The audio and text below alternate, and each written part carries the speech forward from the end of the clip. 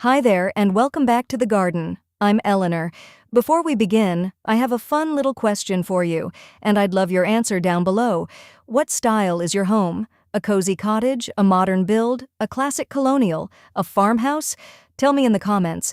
It helps me picture exactly who I'm designing alongside today, and I just love getting to know your homes. Here's what today is all about. Have you ever bought beautiful, healthy plants, brought them home, put them in the ground, and somehow it still didn't look right? A little random, a little messy, even though every plant was lovely? If you felt that, you are not alone, and it is not your fault. The secret professional designers know isn't fancier plants. It's how you arrange them. So today I'm giving you the 10 simple design rules that landscape designers use to make a front yard look polished, expensive, and professionally planned. And the best part? Not one of these costs a penny extra. It's not about buying more, it's about placing what you have with intention. Master these, and you'll never look at your front yard the same way again. So pour yourself a cup of coffee, get comfortable, and if you love an easy, beautiful yard, tap that subscribe button. It truly helps this little channel grow. All right, let's learn to design like the pros. Rule number 1, where every good design begins. Start with a focal point. When someone looks at your front yard, their eye needs somewhere to land first. A focal point is that anchor, one standout feature that grabs attention and gives the whole design purpose. Without it, the eye wanders aimlessly and the yard feels scattered, no matter how nice the plants are.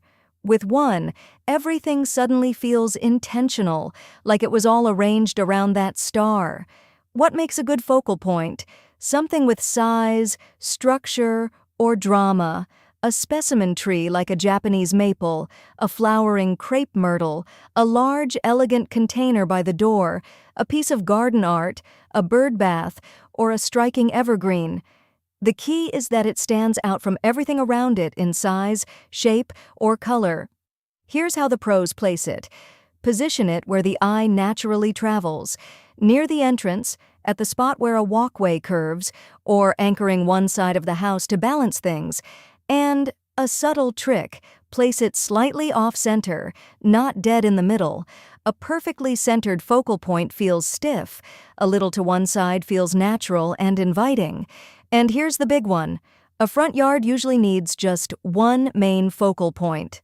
So many folks have 3 or 4 star plants all competing, and the eye doesn't know where to go. They cancel each other out. Pick one hero. Everything else is the supporting cast that points back to it. My tip: walk out to the curb, turn, and look at your house the way a visitor would. Where does your eye go first? If the answer is nowhere in particular, you've found your missing piece. Add one strong focal point there and watch the whole yard pull together. Once you have your anchor, the next rule is how you build around it. Let's talk about layering. Rule number 2 is the one that instantly separates an amateur bed from a designer one. Layer your plants by height. Picture a school photo. The tall kids stand in the back, the shorter ones in front so you can see everyone. Your planting beds work exactly the same way. Tallest plants toward the back, near the house, medium plants in the middle, and the lowest plants and ground covers spilling toward the front edge. That simple stair-step creates depth, fullness, and that lush, layered look that makes a yard feel rich and established. The mistake I see constantly is everything planted at one single height. A flat row of same-size shrubs that looks like a green wall, with no depth at all. Or, just as bad, a tall plant plunked right at the front, hiding everything behind it. Layering fixes both. Here's a simple formula the pros use. Think in 3 tiers. Tall anchor plants against the house to soften those hard walls and corners. Think taller shrubs or small trees. A middle layer of medium shrubs and perennials for the bulk of your color and form. And a front layer of low edging plants, ground covers, or flowers that hug the ground and tie the bed to the lawn. When you stand back, your eye travels up and over those layers, and the bed reads as full and intentional instead of flat. It also makes even a young, small garden look generous because you're using vertical space, not just the ground. My tip: when you're planning, actually crouch down and view the bed from the street, not from above. From up high, everything looks fine, but your visitors see it from eye level at the curb, and that's where layering does its magic. Now that your bed has depth, let's make it look abundant instead of sparse. That's Rule 3. Rule number 3, plant in groups and masses, never just one of everything. This is one of the biggest secrets of professional design, and it's so simple.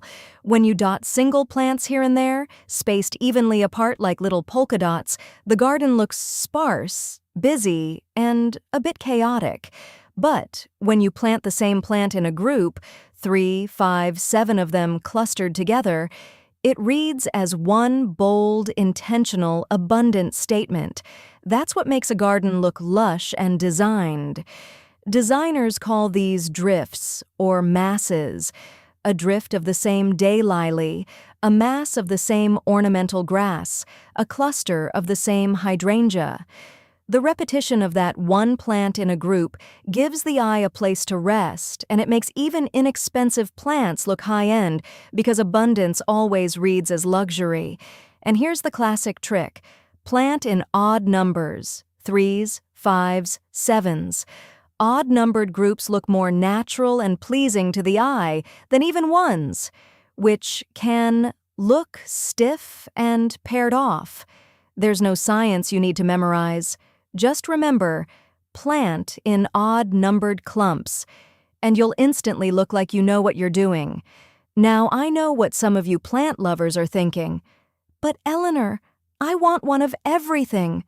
I understand truly because I'm the same way. So here's the compromise. Keep your front yard simple and grouped, and save a little side bed or back corner as your collector's garden, where you can play with all your one-of-a-kind treasures. Out front, where everyone sees, group and mass. My tip: when you're at the nursery, resist buying one each of 10 different plants. Instead, buy 3 or 5 each of just a few. Your wallet will be about the same, but your yard will look twice as expensive. Grouping gives you abundance. The next rule ties the whole yard together: repetition. Rule number 4 works hand in hand with the last one. Repeat your plants throughout the yard to create rhythm and cohesion. Here's the idea: once you've chosen a few plants you love, don't use each one in only one spot. Echo them in 2 or 3 places across the front yard. Let that same boxwood appear on both sides of the path. Let that same purple catmint show up near the door and again at the far corner.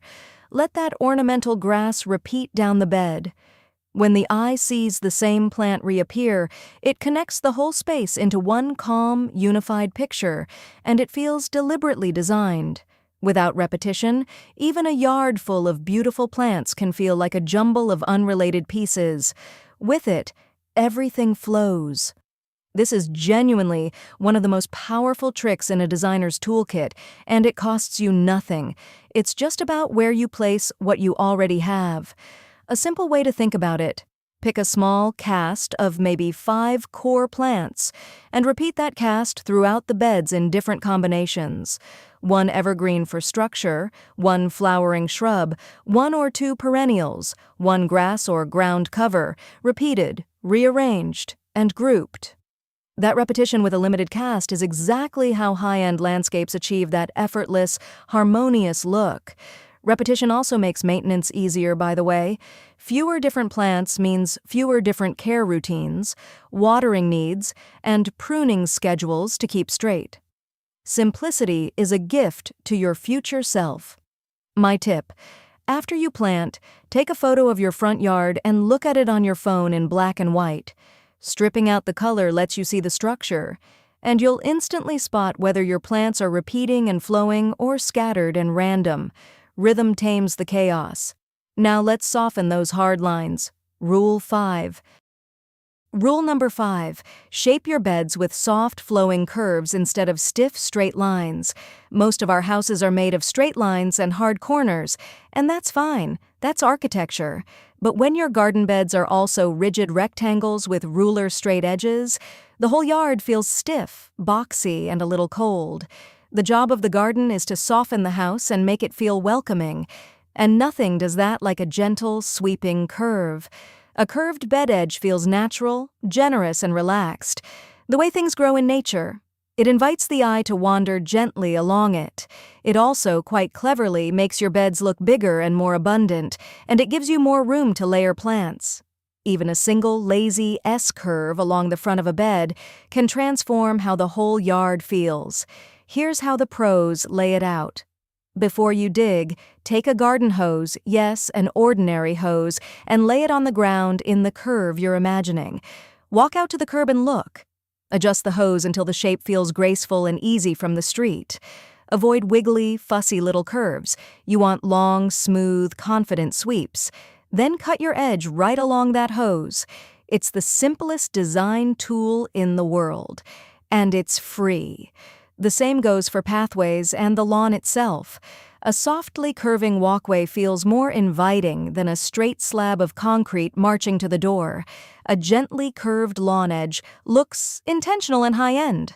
My tip: once you've cut your curve, keep that edge crisp. Recut it once or twice a season with a flat spade.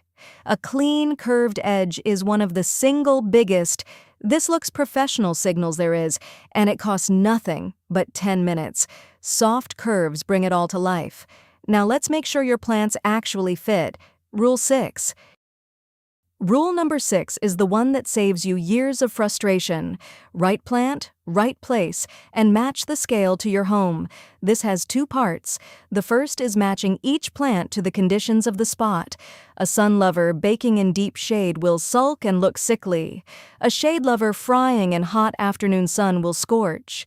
Before you place anything, notice how much sun a spot gets and what your soil is like, and choose plants that actually want to live there. A healthy, thriving plant always looks more expensive than a struggling one, so this is a design rule as much as a gardening one. The second part is scale, matching the size of your plants to the size of your house. A tall, 2-story home needs some bigger, taller plantings to balance it. Tiny little shrubs against a big house look lost and awkward, like furniture that's too small for the room. A low, cozy cottage, on the other hand, looks best with lower, softer plantings that don't overwhelm it. The plants and the house should feel like partners, in proportion with each other. And remember to plan for the plant's mature size, not the cute little thing in the pot. That sweet shrub will become a 6-foot giant. That ground cover will spread. Read the plant tag and believe it. Give everything room to grow into its full size without crowding the house, the walkway, or its neighbors. It'll look a touch sparse the first year. That's correct. Be patient. My tip: a good rule of thumb for foundation plants is to keep their mature height below your windowsills and plant them far enough from the wall that they won't press against the house when grown. That keeps your home looking open and bright, never swallowed. Get the right plant in the right place at the right scale, and the whole thing just works. Now let's build it in layers that last all year. Rule 7. Rule number 7 is the framework that makes a yard look good in every season. Design in 3 plant layers. This is the recipe professionals use again and again, and once you know it, you'll see it everywhere. Every well-designed bed has 3 kinds of plants working together. Layer 1 is your structure, the evergreens and shrubs that hold their shape all year and give the yard its bones even in the dead of winter. Things like boxwood, holly, or a dwarf conifer. These are the backbone that keeps your yard from looking bare and empty in the off-season. Layer 2 is your seasonal color, the flowering shrubs and perennials that bloom and change through the year.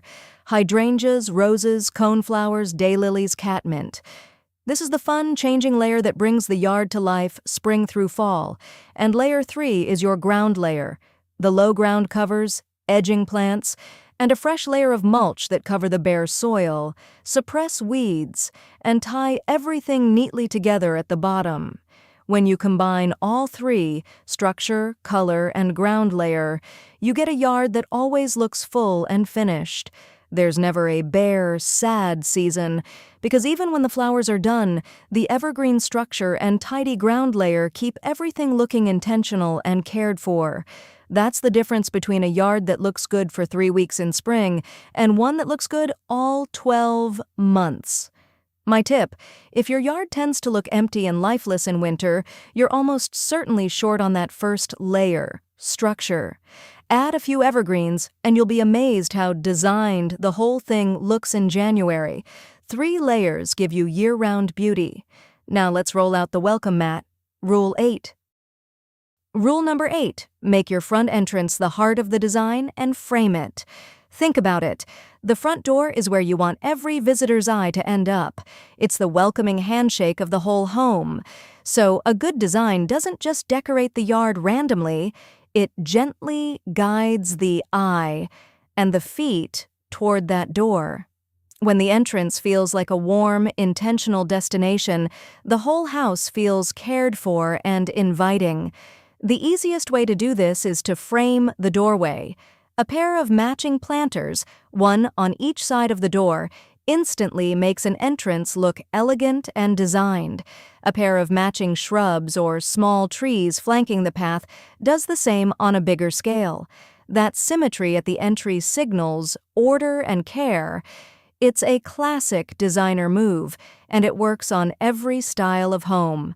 Then, lead the eye to the door. Line your walkway with low plants, soft repeating mounds, or gentle lighting that draws a visitor forward. You want a clear, welcoming path, not a vague stretch of bare concrete. And don't forget the small finishing touches that say, "Someone lovely lives here." A clean doormat, a pretty house number, a wreath, a freshly painted door in a color you love. Here's a lovely bonus. Those matching entry planters are your secret weapon for year-round curb appeal, because you can refresh them with the seasons. Bright flowers in summer, mums in fall, evergreens in winter. So your entrance always looks alive, even when the beds are sleeping. My tip: stand where a guest first steps out of their car and look toward your door. Is the path clear and inviting? Is the door easy to find and framed? If not, a pair of planters and a little symmetry will transform that first impression. A framed, welcoming entrance pulls the whole design together. Now, let's bring it all into harmony. Rule 9. Rule number 9 is a subtle one that makes a huge difference. Limit and coordinate your color palette. It's so tempting at the garden center to grab one of every color, a red here, an orange there, a hot pink, a yellow, a purple, all in the cart. But when all those colors land in one front yard, the result is busy, restless, and a little chaotic. The eye doesn't know where to settle. A jumble of every color reads as random, not designed. The professionals do the opposite. They choose a limited color palette, usually 2 or 3 main colors that work beautifully together, and repeat those colors throughout the yard. That restraint is exactly what creates a calm, elegant, high-end feeling. Less color variety, used with intention, always looks more sophisticated than a rainbow. A few palettes that never fail. Purples and whites with silver foliage feel serene and elegant. Soft pinks, blues, and whites feel romantic and cottage-like. Warm yellows, oranges, and reds feel cheerful and energetic. Pick the mood you want, choose your 2 or 3 colors, and let everything else be green, because green is the calm, restful backdrop that lets your chosen colors shine. And don't forget that white is your best friend. White flowers act like a peacemaker, tying clashing colors together and brightening shady spots. When in doubt, add more white and more green, and pull back on the number of competing colors. My tip: before you buy, decide your 2 or 3 colors and write them down. Then at the nursery, if a gorgeous plant doesn't fit your palette, admire it and put it back. That little bit of discipline is the difference between a yard that looks coordinated and one that looks like a clearance shelf. A calm, coordinated palette brings serenity. And for our final rule, let's make sure your yard shines all year. Rule 10. And here's our 10th and final rule, the one that takes a yard from nice for a few weeks to beautiful all year. Design for all 4 seasons. Most folks plant for one big moment, usually a burst of spring flowers, and then their yard looks flat and forgettable the other 9 months. A true designer plans so that something is always happening, no matter the month. The goal is a yard that earns its keep in spring, summer, fall, and winter. Here's the simple way to plan it. Picture the 4 seasons, and make sure you can name at least one plant pulling its weight in each. For spring, the early bloomers, azaleas, bulbs, creeping phlox. For summer, the long bloomers, hydrangeas, roses, daylilies, catmint. For fall, the plants that turn fiery or bloom late, a Japanese maple, ornamental grasses, sedum, asters. And for winter, and this is the one everyone forgets, your evergreen structure, plus plants with interesting bark, berries, or seed heads that stand beautifully against the frost. When you spread the interest across all 4 seasons, your yard never has a dead, empty moment. There's always something to catch the eye, always a reason for a neighbor to slow down. And it makes your home look loved and cared for 12 months a year, which is exactly what reads as valuable. Bring it all together now. A single focal point, layered heights, plants in groups, repeated for rhythm, soft curves, the right plant at the right scale, 3 layers of structure and color and ground cover, a framed entrance, a limited palette, and 4 seasons of interest. That's not a longer to-do list. It's just a way of thinking that turns a pile of plants into a designed garden. My tip: don't try to do all 10 at once and overwhelm yourself. Pick the one rule that your yard needs most right now. Maybe it's a focal point, maybe it's curves, maybe it's repetition. And just do that one this season. Small, intentional steps add up to a beautiful, professional-looking yard. And there you have it, the 10 simple rules that professional designers use to make any front yard look polished, expensive, and intentional. And remember, not one of them required buying a single new plant. It's all in how you arrange what you have. So tell me down below, which of these 10 rules is the one your yard needs most right now? Be honest. Share it in the comments, along with your home style and your growing zone, and let's figure it out together. I so enjoy talking these through with you. And while you're down there, say a warm hello to someone else from your corner of the world. This little community is half the joy of doing this. Now here's what's coming next, and I think you're going to love it. I'm putting together a video on 10 plants that bloom all summer long. The ones that just keep the color coming month after month with hardly any effort from you. So make sure you're subscribed with the bell on so it lands right in your feed. Until next time, this is Eleanor. Keep your hands in the soil and your heart in the garden. Take care now. Bye-bye.